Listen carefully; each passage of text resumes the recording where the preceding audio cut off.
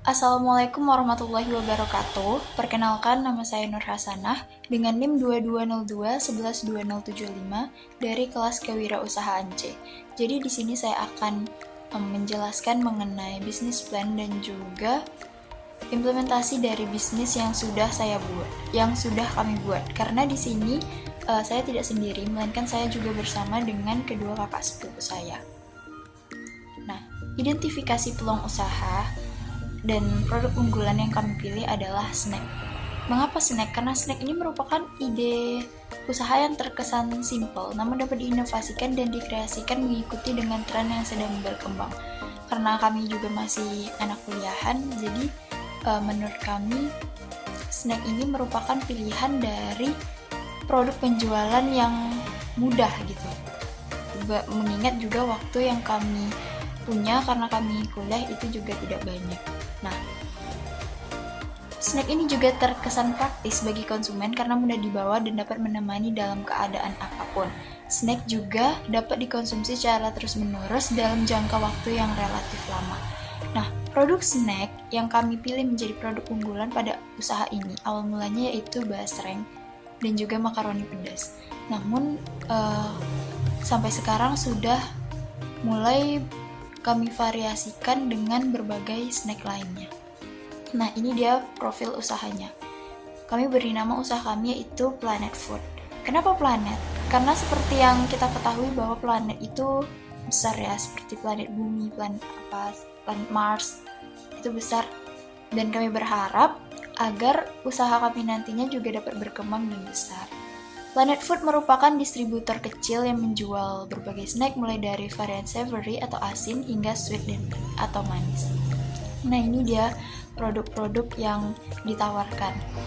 Ada basreng, ada makaroni pedas, dan banyak lainnya bisa teman-teman lihat. Selanjutnya ada profil usaha, latar belakang. Apa yang melatar belakangi kami membuat usaha ini?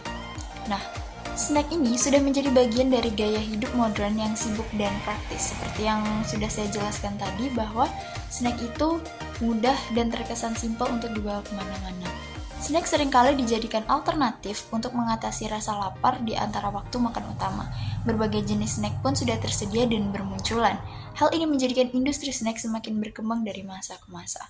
Nah, produk unggulannya seperti yang sudah kami jelaskan tadi, yaitu basreng dan makaroni. Masyarakat Indonesia sangat menggemari cemilan terutama jenis makan ringan sejenis kerupuk yang gurih dengan rasa yang pedas. Hal ini menjadikan snack seperti basreng dan makaroni cukup disenangi oleh berbagai kalangan.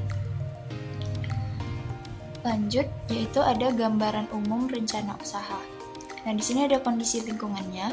Kondisi lingkungannya itu lokasi pemasok terletak di wilayah yang tidak jauh dari rumah pengusaha dari rumah saya dan kedua sepupu saya, sehingga pendistribusian lebih cepat karena lokasi yang dekat untuk dijangkau dengan kendaraan umum dan kendaraan pribadi.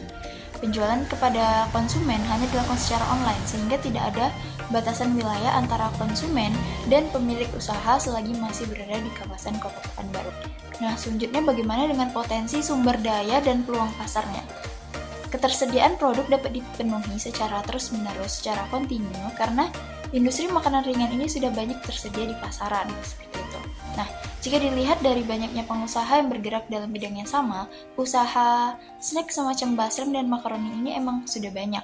Namun hal tersebut kami siasati dengan memperbanyak varian produk, sehingga konsumen dapat terus-menerus berlangganan dengan membeli produk yang berbeda-beda setiap harinya. Pemilik usaha juga memberikan gratis ongkir apabila pembeli sudah berlangganan. Nah, penetapan rencana atau jadwal usahanya. Kapan kami memulai usaha ini? Kami memulai usaha ini sejak tanggal 31 Januari 2023 hingga saat ini. Kurang lebih 2,5 bulan. Ya, seperti itu. Awal mula berdirinya usaha ini, kami melakukan sistem pre-order atau PO. Nah, jadi apabila ada yang berminat untuk membeli, maka kami baru melakukan pemesanan kepada pemasok. Namun setelah berjalan kurang lebih 1 bulan, itu kami menilai bahwa usaha kami ini sudah mulai berkembang dan memiliki langganan tetap sehingga kami memberanikan diri dan juga udah punya modal nih ya sedikit untuk untuk mulai melakukan penyetokan beberapa produk yang dinilai sangat potensial untuk dijual. Nah, itu yang paling banyak adalah basreng dan makaroni pedas. Selanjutnya, bagaimana dengan analisis SWOT-nya? Nah, analisis SWOT ini ada strength, weakness, opportunity, dan threats. Dari strength-nya, produk dapat dijual dengan mudah karena sifatnya ringan dan mudah dibawa. Nah, kemudian harga makanan ringan juga relatif terjangkau ya, sehingga dapat dijangkau oleh berbagai kalangan. Kemudian biasanya dikonsumsi sebagai camilan di waktu santai, di waktu berkumpul bersama teman sama keluarga, sehingga market potensialnya juga cukup besar. Terus karena kami juga menjualnya snack ini bukan satu macam, melainkan bermacam-macam seperti yang sudah saya tampilkan di slide sebelumnya. Beragam jenis makanan ringan yang dapat dijual sehingga dapat menarik konsumen yang berbeda-beda. Mulai dari kalau anak kecil mungkin dia suka yang manis, kami juga menyediakan seperti itu. Nah, permintaan makanan ringan cenderung stabil karena merupakan kebutuhan yang selalu ada di setiap kelas masyarakat. Oke, selanjutnya yaitu ada weakness. Yang pertama itu pemasok tetap saat ini hanya satu, yang tetap memang hanya satu.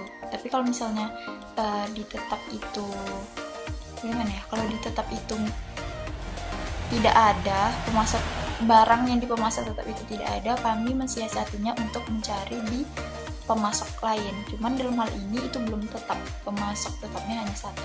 Nah, sehingga pengusaha sedikit kesulitan jika barang tidak tersedia. Kemudian kedua, terbatasnya modal yang dimiliki, sehingga kami yang stoknya ya segitu-segitu aja, belum yang berkembang gitu. Jadi kalau ada customer yang mau pesan ya, kalau bisa pesan banyak itu ya pre-order. Selanjutnya, produk makanan ringan mudah hancur apabila tidak disimpan dengan cara yang tepat. Next ada opportunity. Makanan ringan dapat diinovasikan agar lebih menarik konsumen. Kemudian yang kedua, dapat bermitra dengan media sosial untuk memperluas jangkauan pasar. Nah, kebetulan kami di sini menggunakan Instagram untuk pemasarannya. Selanjutnya, menyesuaikan produk dengan tren dan kebiasaan masyarakat saat ini, serta dapat dijajakan pada semua kalangan. Yang terakhir yaitu trades. Merupakan barang jadi, sehingga harga sangat bergantung pada pemasok. Kemudian persaingan di pasar sangat tinggi dan banyak brand yang sudah mapan sehingga sulit bersaing dengan brand-brand yang besar. Selanjutnya yaitu teknik pemasaran. Di sini kami menetapkan 4 teknik pemasaran. Yang pertama yaitu mendesain poster yang menarik. Ya, cukup menarik lah ya. Kemudian yang kedua, menetapkan harga yang terjangkau di kantong setiap kalangan. Kemudian yang ketiga, mempromosikan secara rutin di media sosial. Dalam hal ini kami banyak menggunakan Instagram. Dan yang keempat, rutin mengupload testimoni dari customer, mengupload testimoni dari pelanggan, serta membuat konten video saat sedang mencoba produk yang kami jajakan. Nah, elemen dari strategi pemasarannya yaitu yang pertama, produk.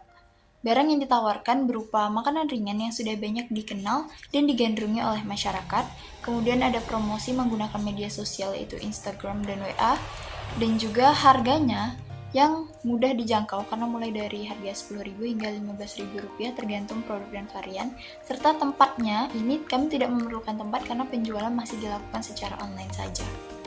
Nah, jadi ini contoh laporan keuangan sederhana bulan Maret 2023. Terus ini ada juga proses pengemasan dan juga testimoni dari customer.